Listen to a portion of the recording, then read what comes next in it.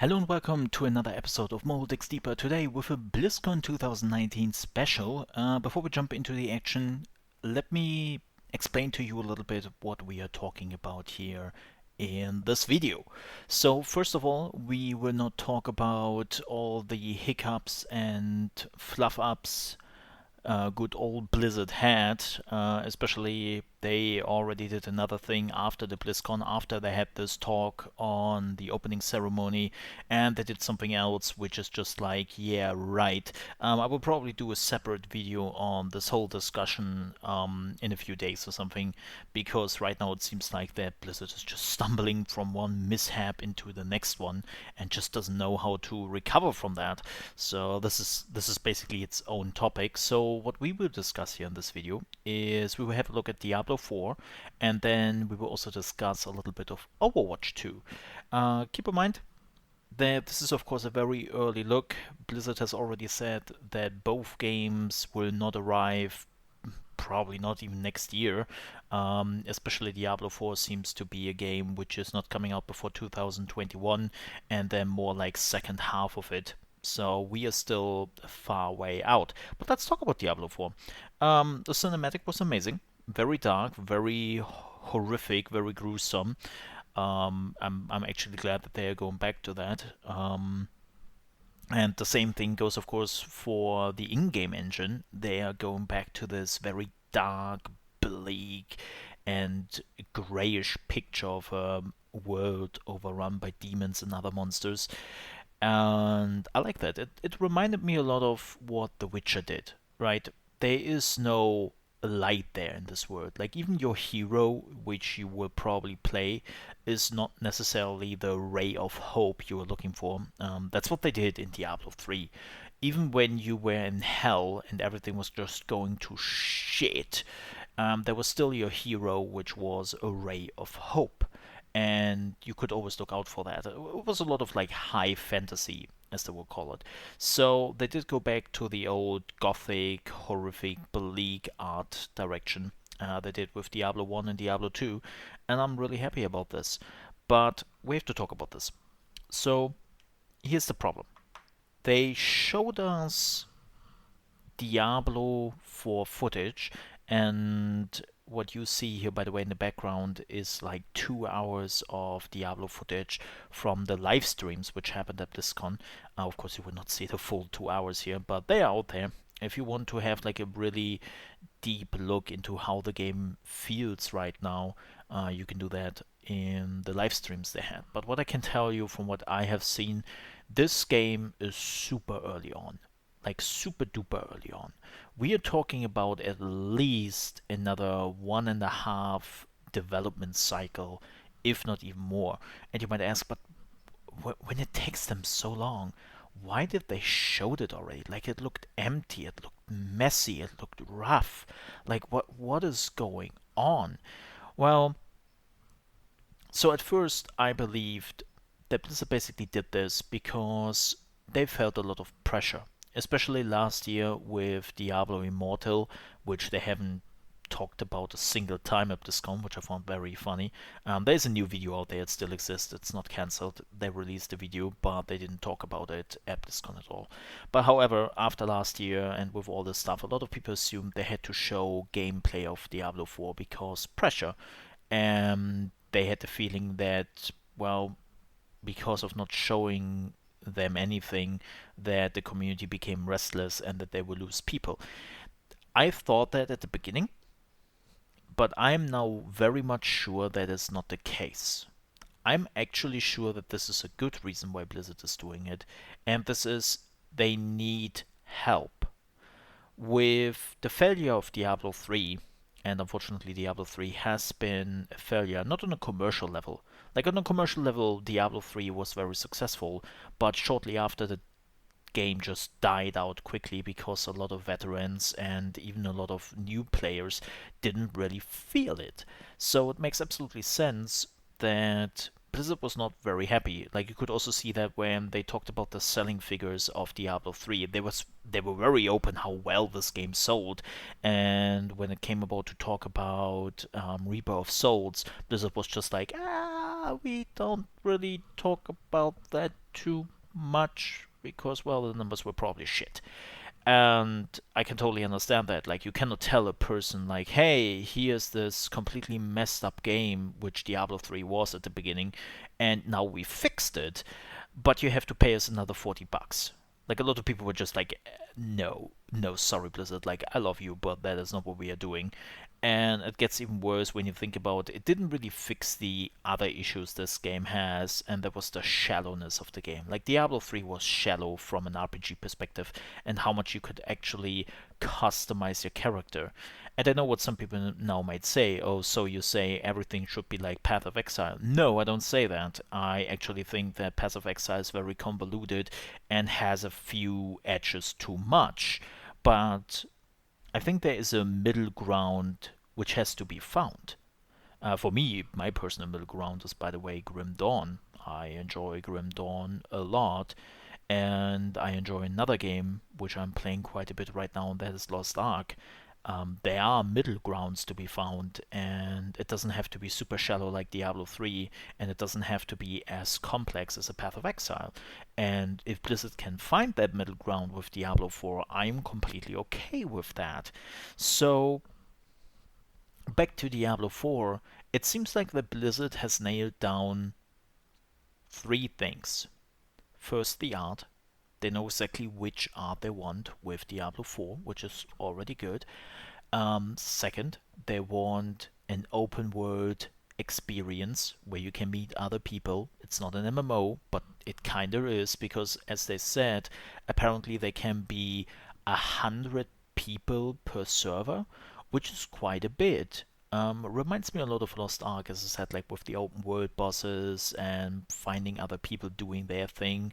Um, yeah, it seems like they took some ideas from that game, which is good because Lost Ark is shaping up to become a really, really good game. However, with Diablo 4, so we have that, and then the third thing they apparently already nailed down is which classes they want in the game. So we have the sorceress, we have the barb, and we have the druid, and they already has shown us range weapons. So I assume we will get an Amazon or a demon hunter or something like that, something in the vein of a range class. And then I assume that the fourth class will be another hybrid magician, like perhaps a necromancer, perhaps a warlock, demonologist, or something like that. We will probably get the summoner as the fifth class. So they have nailed that down. But everything else seems to be undecided upon. Why do I get that idea? Well, because Blizzard said it themselves. The moment they started with BlizzCon, Blizzard is apparently scanning the internet and has scanned the BlizzCon on how to change the game. And we are not talking about balance changes here, like it is usually the thing. One wonderful example has been Diablo 3, right? When they announced the Friends and Family Alpha and then the beta, which basically happened 6 months before the game actually came out. And the only thing you could play there was the first portion of Act 1, and you could finish that in like 1 or 2 hours. And that's the only thing they gave you.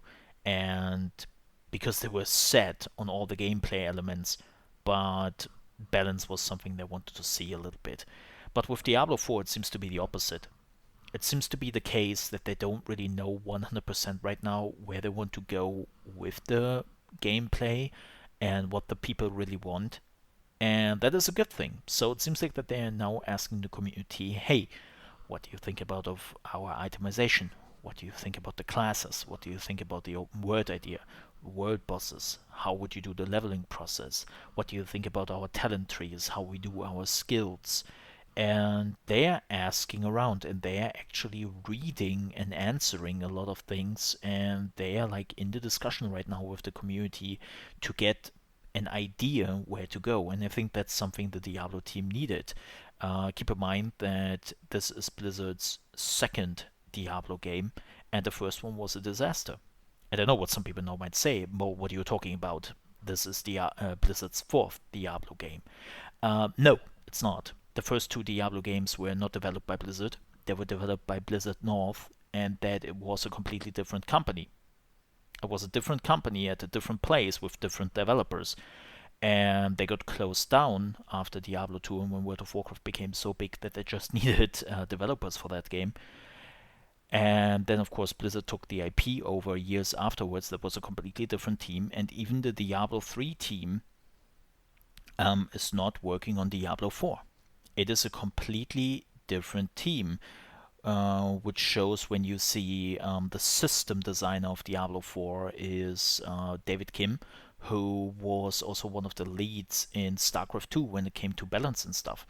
So yeah, like it's a very very different team, and this team seems to be very open about the idea that people actually can give them ideas where to go with the game, and I think that is needed, especially in a time where Path of Exile is the dominating force in the action RPG sector, where Grim Dawn has a very big fellowship, and even Titan Quest is coming back, and Lost Ark is slowly but surely approaching the West and is destroying a lot of games in its wake. So Blizzard needs help with this. Blizzard needs ideas, and I think that's exactly what they're giving to Blizzard. Now, speaking about ideas and speaking about Blizzard needs help, let's talk about Overwatch 2. Before the BlizzCon, we talked a little bit about the leaks here in the channel, and my question was why? Why does this game exist? What's the purpose on this game? And now after I saw all the panels, I saw gameplay streams, I saw developers talking about it, I can rightfully say so that I still have no clue why this game exists. Why is there an Overwatch 2? Let's talk about what Overwatch 2 has to offer. First things first, it will have new PvP maps, it will have new heroes, it will have new story missions, it will have repeatable PvE missions where you can upgrade your heroes, where you can get items, so there's like some item hunting going on, and that is basically what the game offers. Now I might say, okay, yeah, that would be more like an expansion, but I guess you can sell this as a second game. But here's the problem, because Blizzard explained a little bit something. They explained that all the new maps, all the new heroes which are coming with Overwatch 2 will be available at no additional cost to the Overwatch 1 players.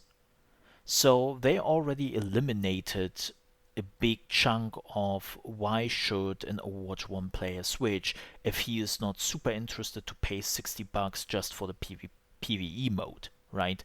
And you are also getting all your cosmetics in Overwatch 2. And I think the push mode, I don't know really if the push mode will be available in Overwatch 1 or not. That's something they haven't really explained, but I assume it will. And it's just like, okay, so the only thing which is really new for people who have already Overwatch 1 would be the PvE mode. Why should I go for this? Well, after listening to all the panels and watched a little bit of gameplay, I think it became clear to me why Blizzard is doing this. And the answer is esports. Overwatch 1 in the last few months had a huge issue. The issue that the game was fine-tuned and balanced for esports purposes only, and everyone who didn't play on a high level with a team on an esport category felt left out. They felt like as if the balance was not meant for them, and how tricky it can be to balance a game for people which are playing on a high peak and people which are just playing the game for fun and don't have like the ambitions like an esport player has. It can be very tricky, and this has been created issues for many many games in the past. Overwatch is not the first game who ever had these problems. Let me give you a wonderful example in another game, which is League of Legends. There was a character, or there's still a character in the game, which is called Riven. Riven has the ability on her Q that she is jumping into the air 3 times, and you hit Q, first jump. You wait for the animation, you hit Q again, second jump, you wait for the animation, you hit Q a third time, and you're doing massive damage, and you also stun the enemy for a brief time. And that was the whole thing. So esport players have found a way to basically stop the animation. So you would jump into the air and you could stop that animation from happening. The damage would still go through because a lot of animations in video games are timed so that the damage is going through at a certain point no matter how far the animation is. This is actually nothing unusual. This is just to counter a little bit of lag or some other things which are happening. And in this case, it was really like, okay, they found a way to cancel that animation mid-air, and then the damage would still go through. And then, of course, they would just like do the next jump, cancel that animation again, go into the next jump. But that animation was very important for the players because it would slow down the DPS and it would give you time to react. Now you might say, okay, what the what the Riot Games do? Well, Riot Games decided to say, okay, we are patching this. Ah, okay, good. So they are patching it out of the game as it should be. No, they decided to patch the ability, aka nerf the ability, so the people who use the animation cancelling would still do basically the same damage as they would do before the patch, right? Because they now nerfed the damage in total.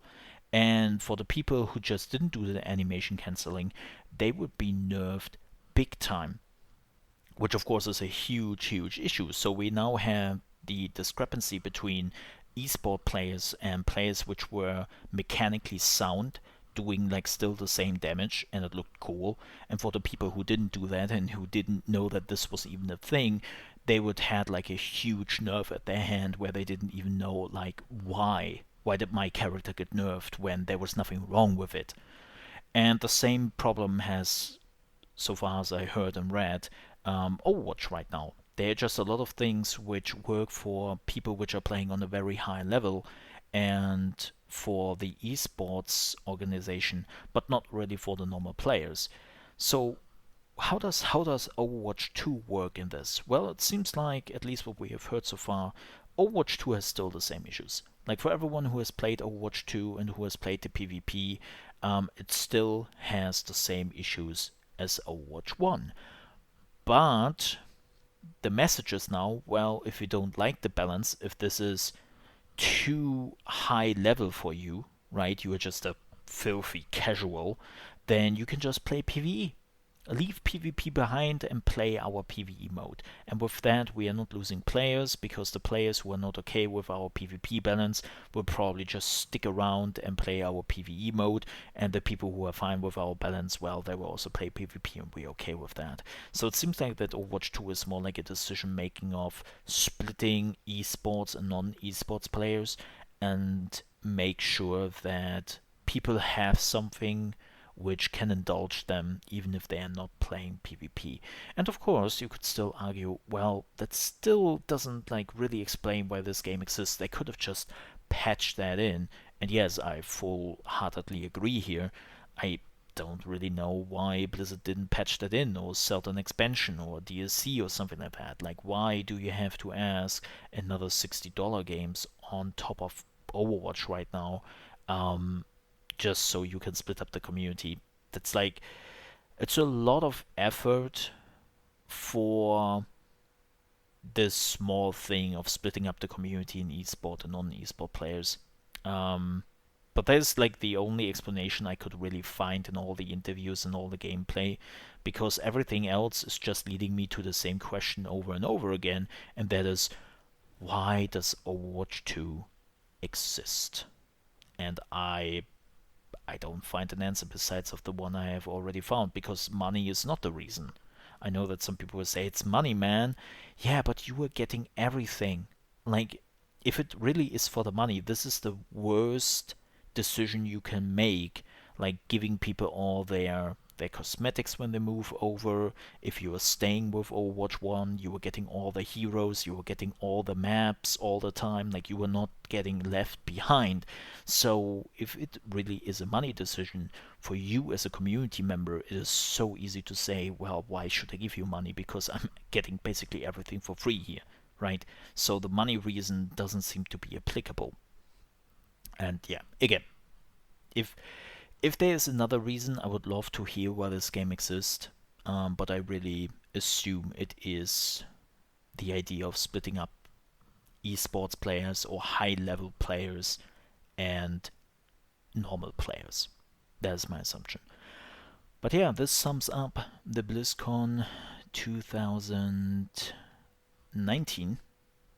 And as I said, I will talk a little bit about the Hong Kong situation and some of the other stuff they did, probably in another video, because that is unfortunately also something Blizzard has to fight with. And I know that Blizzard tries to separate that from their products, right? Like, here's our awesome products, and here is the mishaps, a completely different company, not we did, but we don't really want to talk about it. And I think we have to talk about it because a company is not separate. You cannot separate companies like that. Like, one part of the company is doing like all the mishaps and is just horrible at what they are doing, and the other part of the company is doing great games. Like, you cannot separate it like that. So we will talk about that another time. Thank you so much for watching at this point, and I hope I see you next time. Till then, bye bye.